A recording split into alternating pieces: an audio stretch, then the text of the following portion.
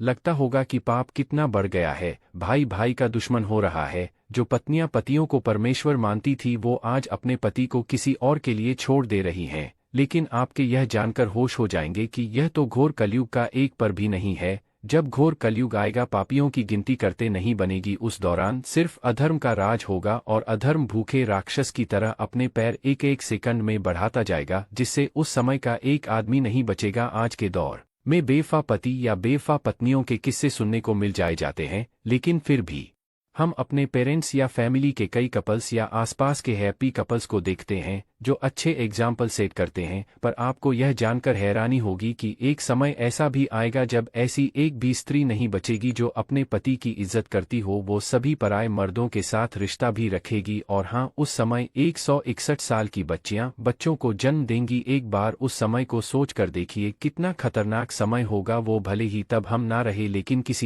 किसी योनि में तो जमी इतनी पड़ जाएगी कि पाताल लोक तक सब भस्म हो जाएगा। वहीं लोग दूर के तालाब को ही तीर्थ मानने लगेंगे और गंगा माता को तीर्थ की श्रेणी में नहीं मानेंगे। पुराणों की माने तो कलयुग में चालाक और लोभी व्यक्ति को विद्वान माना जाएगा। ऐसे लोगों को लोग धर्मात्मा भी कहेंगे और उनके ही पद चिन्हों पर चलेंगे। समय इतना बदल जाएगा कि शास्त्रों और वेदों का पालन कोई भी नहीं करेगा। सभी धर्म गुरु अपने फायदे के लिए लोगों का इस्तेमाल करेंगे। वो सभी ज्ञान की चर्चा तो करेंगे, लेकिन उनके आचरण राक्षसी वाले होंगे। मित्रों, कलयुग के अंतिम समय में जमीन से अन्न उगना बंद हो जाएगा। वहीं लोग पूजा पाठ करना और धार्मिक काम करना बंद कर देंगे और सभी मनुष्य की तुलना पापियों से की जाएगी। इस भयानक युग में जिस तब होगा जब सनातन धर्म पर घोर संकट आएगा। तब इंसान की सोच बहुत गिर गई होगी और संसार हर तरफ से सनातन धर्म को खत्म करने में लगा होगा। यह वो वक्त होगा जब कलयुग खत्म होने के कगार पर होगा। तब धरती पर भगवान कल्कि का अवतार होगा। भगवान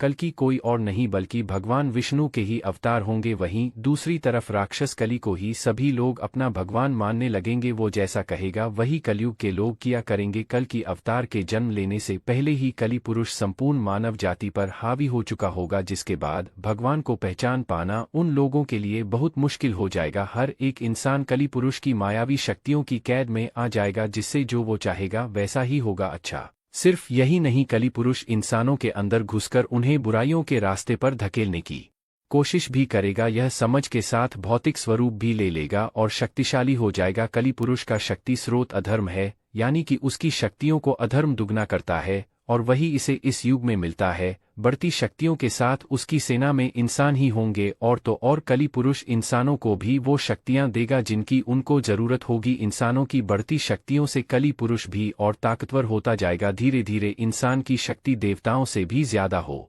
जाएगी। इस बार का युद्ध बहुत ही खतरनाक होने वाला है। यह रामायण और महाभारत से बिल्कुल अलग होगा, क्योंकि इस बार पूरी मानव जाति भगवान के खिलाफ होगी। लेकिन हर बार की तरह भगवान इस बार भी कलयुग से अधर्म का नाश कर धर्म की स्थापना करेंगे और सतयुग की शुरुआत करेंगे। जब कलयुग में सारे पापियों का सर्वनाश हो जाएगा, उसके बाद नया युग यानी सतयुग आएगा। तब कलयुग के असर को पूरी तरह से खत्म करने के लिए लगातार इस धरती पर 12 सालों तक मूसलाधार बारिश की जाएगी, जिससे पूरी धरती जलमग्न हो जाएगी। तब फिर एक साथ 12 सूर्य उदय होंगे और जलमग्न हुई पृथ्वी का जल सोख लेंगे। तब जाकर कहीं इस संसार में फिर से जीवन यापन संभव हो पाएगा। वहीं मित्रों, आपको यह भी बता दें कि वेदव्यास जी ने सभी युगों में कलयुग को ही सबसे श्रेष्ठ युग बताया है। उन्होंने कहा है कि सतयुग में 10 सालों के जाप के बाद किसी व्यक्ति को पुण्य की प्राप्ति होती है। वहीं त्रेता युग और द्वापर युग में 1 साल के तप से ही पुण्य प्राप्त किया जा सकता है। लेकिन कलयुग में इतना ही बड़ा पुण्य माँ 1 दिन के तप से प्राप्त किया जहां अपने ही ना रहे। तब अर्जुन को श्री कृष्णा ने गीता का ज्ञान देते हुए कहा कि तू जी भी चीज की चिंता कर रहा है, जिसके लिए भी दुखी हो रहा है, जिसके बड़े में सोच सोच के इतना परेशान हो रहा है, वो सब कुछ एक नष्ट होने वाला है। वो आज नहीं तो कल वैसे भी मिट्टी जाएगा और जो अविनाशी आत्मा है वो कभी भी मा नहीं सकता, नष्ट नहीं हो सकता। तो चिंता और दुख किस बात के लिए करते हो? क्योंकि जो एक दिन नष्ट होने वाला है, मिटाने वाला है, करने वाला है, उसकी चिंता करके, उसका दुख करके तुम कर भी क्या लोग? तुम छह कर भी उसे रोक नहीं सकते, उसे बादल नहीं सकते, तो क्यों चिंता करके अपना जीवन नष्ट कर रहे हो? चिंता तुम्हारे माँ को दुखी और रोगी बना देगी, घायल बना देगी, और जो नष्ट हो ही नहीं सकता उसकी चिंता करने की कोई जरूर ही नहीं है। तो स्थिति को चाहे तुम जैसे देखो, तुम्हारी चिंता करना बिल्कुल व्यर्थ है। वास्तव जाएगा वहां मैं भी इसके साथ आनंद लेट हुआ बेहतर होगा जा रहा है, खुश होता हुआ जा रहा है, और एक तीसरा दिन का है जो उसे पानी के बहन के साथ लाड़ रहा है कि जहां ये पानी जा रहा है मैं उसका बहन बादल दूंगा, इस पानी को मैं वहां ले जाऊंगा जहां मैं ले जाना चाहता हूं, क्योंकि मैंने अपनी मंजिल कहानी और सोच राखी है। अब वो पानी के बहन के साथ लाड़ रहा है, किनारों से पत्थरों से टकरा रहा है, और पानी के भाव को वो बादल नहीं कर रहा, बल्कि जितनी कोशिश करता है पानी से लड़ने की उतना ही दुखी और उतना ही परेशान हो रहा है। ये जिंदगी भी ऐसे ही बहते पानी की तरह आगे बढ़नी जाएगी, लेकिन अब हमें तय करना है कि हम किस दिन के की तरह बनना चाहते हैं।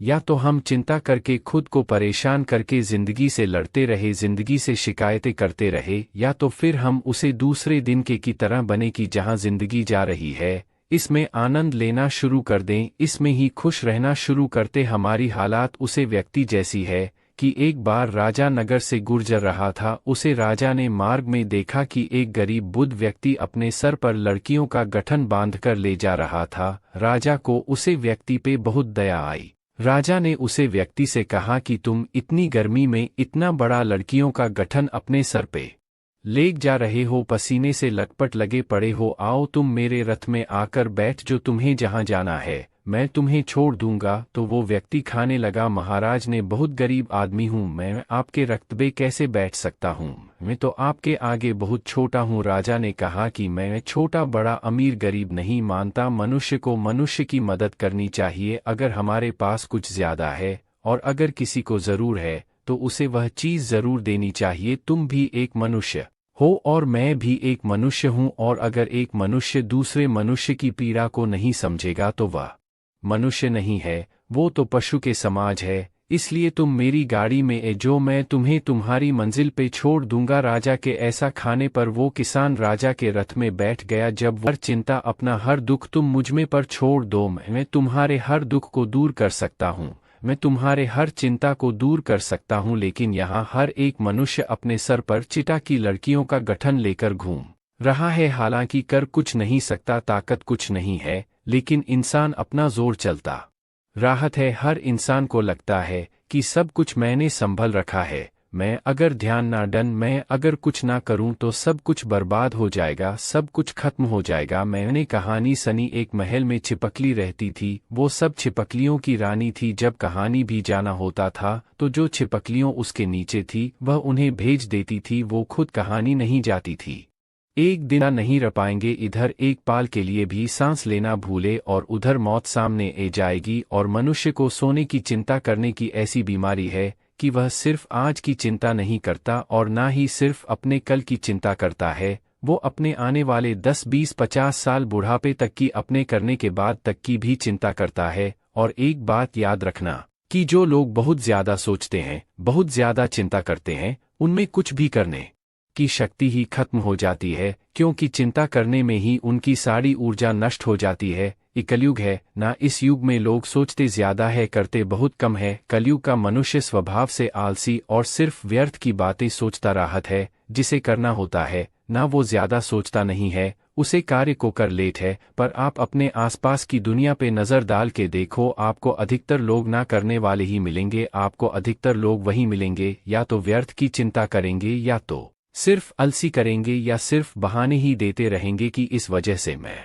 जिंदगी में आगे नहीं बढ़ का रहा, कि इस कारण से मेरी जिंदगी अच्छी नहीं हो का रही। अगर मनुष्य सोने के बजे करना शुरू कर दे तो उसकी जिंदगी में कोई भी दुख, कोई भी समस्या ज्यादा देर तक टिक ही नहीं सकती। आपके पास दो रास्ते हैं, या तो अगर आपके जीवन में कोई समस्या है तो उसके समाधान में गजो, उसके सॉल्यूशन में गजो, और ये आपको भविष्य में आने वाली किसी समस्या का डर है तो उसकी चिंता तो आप छोड़ ही दो, क्योंकि जीवन में से कभी नहीं चलने वाला है जैसा आप सोचते हैं। जीवन की एक अलग ही गति है। आप अगर कभी गौर करोगे तो आपको यह समझ आएगा कि आपने जिंदगी में जिन बटन को भी लेकर चिंता की उनका कोई मतलब ही नहीं था। आपको लगेगा आप व्यर्थ ही चिंता करते थे, पर जिंदगी ने कुछ और ही दिखा दिया। किसी नज़र में एक बहुत धनी व्यक्ति राहत था, उसके पास इतना पैसा था जिसका हिसाब ही नहीं था। एक दिन उसने अपने सारे मुनीमों को बुलाया और उनसे कहा कि मेरे पास कितना। फिर सब मुनीमों ने पूछा कि आप रो क्यों रहे हैं,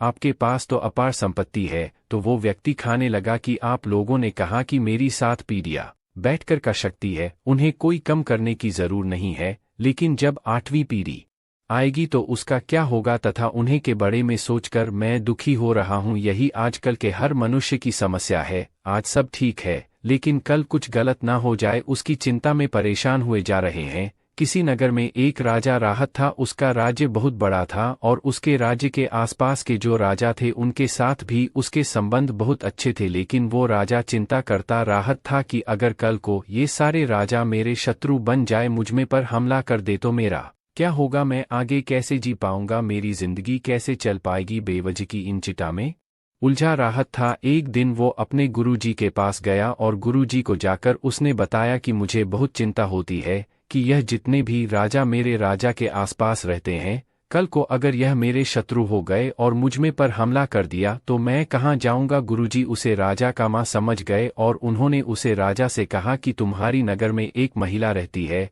उसके पास जो उस है कि जिसने मुझे आज खिलाया है वह मुझे कल भी खिलाएगा, क्योंकि जितना हमें संग्रह करूंगी, लेकिन फिर मुझे उसे समाज की चिंता करनी पड़ेगी, फिर मुझे उसे समाज को संभालना पड़ेगा। इससे तो बेहतर है कि जो ईश्वर मुझे आज तक संभल रहा है, मैं इसके भरोसे खुद को छोड़कर जीती हूँ, क्योंकि जो आज तक खिलता आया वो आगे भी खिलता रहेगा। तो गीता का ज्ञान नहीं हमें सीखना है। गीता में श्री कृष्ण अर्जुन को यही बार बार कह रहे हैं कि है अर्जुन, अपनी सारी चिंताएं अपने को देने जा रहे हैं। इसीलिए आज की जो वीडियो है उसके अंदर हम जिन महत्वपूर्ण सवालों के ऊपर चर्चा करने वाले हैं, उन सवालों की सूची कुछ इस प्रकार है। सवाल नंबर 1, कल्कि अवतार का मतलब क्या होता है? सवाल नंबर 2, कल्कि अवतार कब होता है? सवाल नंबर 3, कल्कि अवतार के सफेद घोड़े का क्या मतलब है? सवाल नंबर 4, कल्कि अवतार की तलवार का क्या मतलब है? सवाल नंबर 5, कलयुग के बाद सतयुग कैसा होगा? सवाल नंबर 6, भगवान कल्कि का विवाह किसके साथ होगा? उनकी रानियां के क्या नाम है? सवाल नंबर 7, भगवान कल्कि के साथ कौन सा पक्षी रहेगा? सवाल नंबर 8, भगवान कल्कि के भाइयों का क्या नाम होगा? सवाल नंबर 9, भगवान कल्कि किससे युद्ध करेंगे? सवाल नंबर 10, भगवान कल्कि किसका अंत करेंगे? तो पहले सवालों के जवाब की चर्चा कर लेते हैं। पहला सवाल है, कल्कि अवतार का मतलब क्या होता है? कल्कि अवतार का अर्थ कलयुग का विनाश करने वाला, वहां पर जो भी अधार्मिकता है उसका नाश करते हैं, वहां पर चीजों को सही करते हैं, उसके बाद से वापस से अपने लोक में चले जाते हैं, वहां पर सब कुछ ठीक करने के बाद में। तो यह जो पूरी प्रक्रिया है, इस पूरी प्रक्रिया को बोलते हैं अवतरण, और इस प्रक्रिया को जो संपादित करते हैं उनको बोला जाता है अवतार।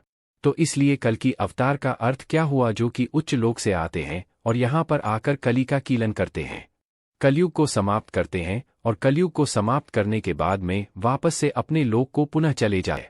कल्कि अवतार की तलवार का अर्थ विभिन्न व्याख्याओं में भिन्न हो सकता है। कुछ संभावित व्याख्याएं हैं। अधर्म का नाश, कल्कि अवतार की तलवार को अक्सर अधर्म, अन्याय और अंधकार के नाश के प्रतीक के रूप में देखा जाता है। न्याय और धर्म की स्थापना, तलवार का उपयोग न्याय और धर्म की स्थापना के लिए किया जा सकता है, जो कल्कि अवतार के उद्देश्य के अनुरूप है। आध्यात्मिक जागृति, कुछ व्याख्याओं में तलवार आत्मज्ञान और आध्यात्मिक जागृति के प्रतीक के रूप में देखी जा सकती है, जो व्यक्ति को अपने भीतर के अंधकार को दूर करने में मदद करती है। कल्कि अवतार की तलवार का अर्थ आपकी व्यक्तिगत व्याख्या और दृष्टिकोण पर निर्भर करता है। पांचवा सवाल, कलयुग के बाद सतयुग में कैसा होगा?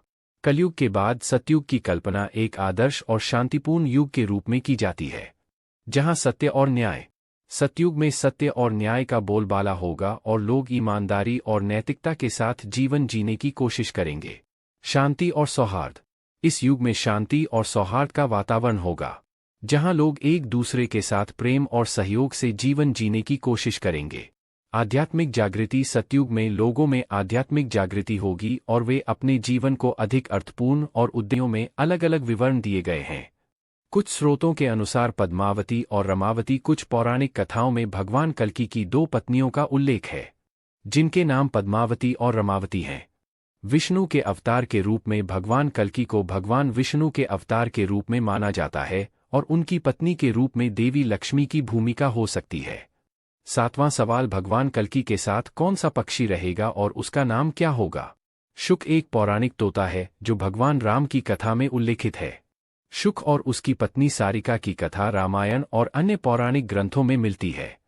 शुक की कथा। शुक एक बुद्धिमान और धार्मिक तोता था जो भगवान राम की भक्ति में लीन था। उसकी पत्नी सारिका भी भगवान राम की भक्त थी। शुक की विशेषता, उसकी बुद्धिमत्ता। भगवान कल्कि के भाइयों का क्या नाम होगा? और उनके भाई कितने होंगे? भगवान कल्कि के भाइयों के नाम और उनकी संख्या के बारे में विभिन्न पौराणिक कथाओं और भविष्यवाणियों में अलग अलग विवरण दिए गए हैं। भगवान कल्कि के भाइयों की संख्या। हम कल्कि अवतार से संबंधित कुछ सवालों के जवाब आपको देने जा रहे हैं। इसीलिए आज की जो वीडियो है उसके अंदर हम जिन महत्वपूर्ण सवालों के ऊपर चर्चा करने वाले हैं उन सवालों की सूची कुछ इस प्रकार है। सवाल नंबर 1, कल्कि अवतार का मतलब क्या होता है? सवाल नंबर 2, कल्कि अवतार कब होता है? सवाल नंबर 3, कल्कि अवतार के सफेद घोड़े का क्या मतलब है? सवाल नंबर 4, कल्कि अवतार की तलवार का क्या मतलब है? सवाल नंबर 5, कलयुग के बाद सतयुग कैसा होगा? सवाल नंबर 6, भगवान कल्कि का विवाह किसके साथ होगा? उनकी रानियां के क्या नाम है? सवाल नंबर 7, भगवान कल्कि के साथ कौन सा पक्षी रहेगा? सवाल नंबर 8, भगवान कल्कि के भाइयों का क्या नाम होगा? सवाल नंबर 9, भगवान कल्कि किससे युद्ध करेंगे? सवाल नंबर 10, भगवान कल्कि किसका अंत करेंगे? तो पहले सवालों के जवाब की चर्चा कर लेते हैं। पहला सवाल है, कल्कि अवतार का मतलब क्या होता है? कल्कि अवतार का अर्थ कलयुग का विनाश करने वाला। वहां पर जो भी अधार्मिकता है उसका नाश करते हैं, वहां पर चीजों को सही करते हैं, उसके बाद से वापस से अपने लोक में चले जाते हैं, वहां पर सब कुछ ठीक करने के बाद में। तो यह जो पूरी प्रक्रिया है, इस पूरी प्रक्रिया को बोलते हैं अवतरण, और इस प्रक्रिया को जो संपादित करते हैं उनको बोला जाता है अवतार। तो इसलिए कल्कि अवतार का अर्थ क्या हुआ? जो कि उच्च लोक से आते हैं और यहाँ पर आकर कली का कीलन करते हैं, कलयुग को समाप्त करते हैं, और कलयुग को समाप्त करने के बाद में वापस से अपने लोक को पुनः चले जाते हैं। उनको जो होता है वह क्या होता है कि सही वास्तविक जो ज्ञान है वह उस लोक के प्राणियों को बता देना, ताकि अंधकार का जो युग है वह समाप्त हो जाए। अब दूसरे सवाल पर चर्चा कर लेते हैं कि कल्कि अवतार कब होते हैं? कल्कि अवतार कब होते हैं? इसको समझने के लिए आपको यह समझना पड़ेगा कि अवतार कब होते हैं। तो अवतार होते हैं युग के अंत में। हर युग के अंत में अवतार होते हैं। चाहे हम पहले वाले जितने भी अवतारों के उदाहरण, जिस प्रकार से भगवान राम त्रेता युग के अंत में हुए, भगवान कृष्ण द्वापर युग के अंत में हुए, उसी प्रकार से भगवान कल्कि अंतियां फैली हुई हैं समाज के अंदर।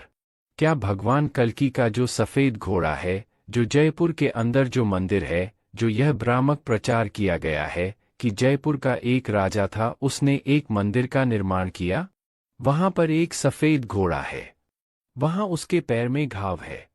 जब वह घाव भर जाएगा तो तब हम समझ जाएंगे कि भगवान अवतार लेकर आ चुके हैं, और उसी घोड़े पर बैठकर भगवान दुष्टों का नाश करेंगे। चौथा सवाल, कल्कि अवतार की तलवार का क्या मतलब है? कल्कि अवतार की तलवार का अर्थ विभिन्न व्याख्याओं में भिन्न हो सकता है। कुछ संभावित व्याख्याएं हैं। अधर्म का नाश। कल्कि अवतार की तलवार को अक्सर अधर्म, अन्याय और अंधकार के नाश के प्रतीक के रूप में देखा जाता है। न्याय और धर्म की स्थापना। तलवार का उपयोग न्याय और धर्म की स्थापना के लिए किया जा सकता है, जो कल्कि अवतार के उद्देश्य के अनुरूप है। आध्यात्मिक जागृति। कुछ व्याख्याओं में तलवार आत्मज्ञान और आध्यात्मिक जागृति के प्रतीक के रूप में देखी जा सकती है, जो व्यक्ति को अपने भीतर के अंधकार को दूर करने में मदद। प्राकृतिक संतुलन बना रहेगा और पर्यावरण संरक्षण को महत्व दिया जाएगा। मानवता की एकता। सतयुग में मानवता की एकता का भाव होगा और लोग एक दूसरे के साथ जुड़ने और सहयोग करने की कोशिश करेंगे। सतयुग की कल्पना एक आदर्श युग के रूप में की जाती है, जहां लोग एक दूसरे के साथ प्रेम, सहयोग और सद्भावना से जीवन जीने की कोशिश करते हैं। छठा सवाल, भगवान कल्कि का विवाह किसके साथ होगा? उनकी रानियां के क्या नाम है? भगवान कल्कि के विवाह और उनकी रानियों के नामों के बारे में विभिन्न पौराणिक कथाओं और भविष्यवाणियों में अलग अलग विवरण दिए गए हैं। कुछ स्रोतों के अनुसार पद्मावती और रमावती कुछ पौराणिक कथाओं में भगवान कल्कि की दो पत्नियों का उल्लेख है, जिनके नाम पद्मावती और रमावती हैं।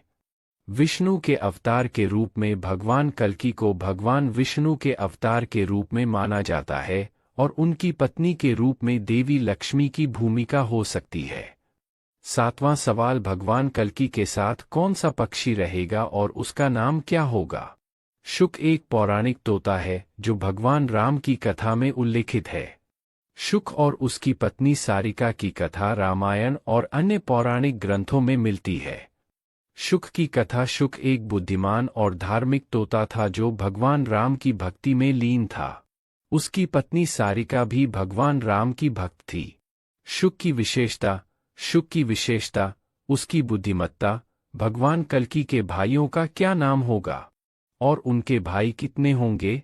भगवान कल्कि के भाइयों के नाम और उनकी संख्या के बारे में विभिन्न पौराणिक कथाओं और भविष्यवाणियों में अलग-अलग विवरण दिए गए हैं। भगवान कल्कि के भाइयों की संख्या, भगवान कल्कि के 3 भाई होने का